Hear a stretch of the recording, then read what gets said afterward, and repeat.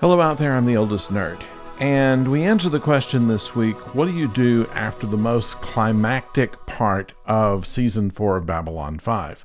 Well, you can't just celebrate. They have a party at the beginning of the episode, but it's fairly apparent to Sheridan that things like this don't last long, and they certainly don't in dramatic television.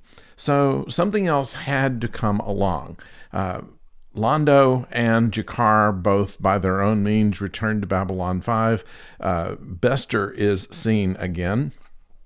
And there is a favor that he wants out of the captain, and that's to return to Zahadum.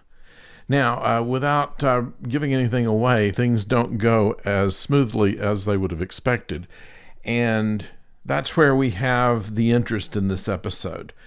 We need to see a little bit more into some of these characters. One of the questions that was left for us after the end of the Shadow Wars was, what was the deal with Mr. Garibaldi? What did he see on this transport ship that was interrogating him? What did they do to him? We know they did something, but we don't know who they were or what they did.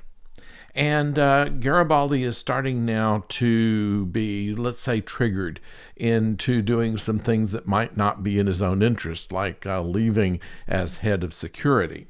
So we have similar things going on as well, where Londo has a regent named for the emperor and puts his administrative assistant basically in charge of Centauri Prime, while he maintains his prime minister title, but takes it on Babylon 5, where he admits he would be a whole lot safer.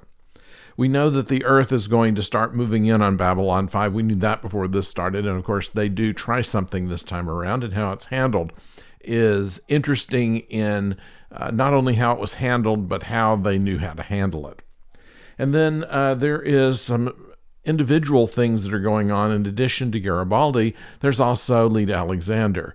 What is it with her? She has been changed by the Vorlons in some way or other, in ways that they have not yet revealed. And it's only starting to be noticed by Sheridan himself that there is something wrong with her, and it might not be in his best interest to completely trust her. So with that, while Delenn is hoping things go peacefully and everyone else seems to think that they've turned a corner, we know that there are some things that just do not change. Jakar and Londo meet each other on Babylon 5, and what you might expect on one regard is completely the opposite. The same thing when Jakar meets with Garibaldi. What you might expect and what they expected were completely different.